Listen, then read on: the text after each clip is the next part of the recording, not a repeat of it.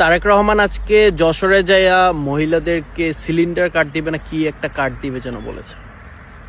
তো তোমরা যারা তারেক রহমানের কার্ডের ভার নিতে পারতেছো না, তোমাদেরকে একটা জিনিস দেখাই।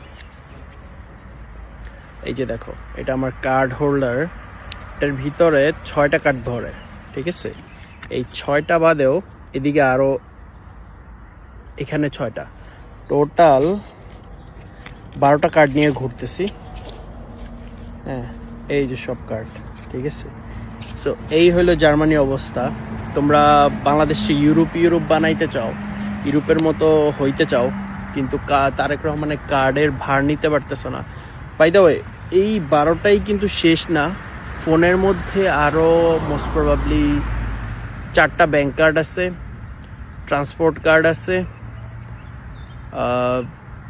হ্যাঁ এই 5টা কার্ডই আছে, এটা ফোনের মধ্যে। সো 12 আর 5 কত হলো?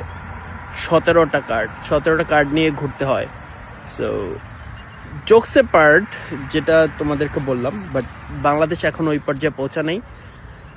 আমার মনে হয় এত কার্ড খেলাটা এখন বন্ধ করা উচিত, যেহেতু এটা একটা জোকসের পর্যায়ে চলে যেতেছে। ফার্মার্স কার্ড, দেন ফ্যামিলি কার্ড ওই পর্যন্তই ঠিক ছিল। সব কিছুতে বাংলাদেশ কার্ড ভিত্তিক জায়গায় চলে যাবে, এখন আমরা সে পর্যায়ে আসতে পারিনি। সো জোকসে পরিণত হয়ে যায় এমন কিছু না করি আর কি। আল্লাহ হাফিজ।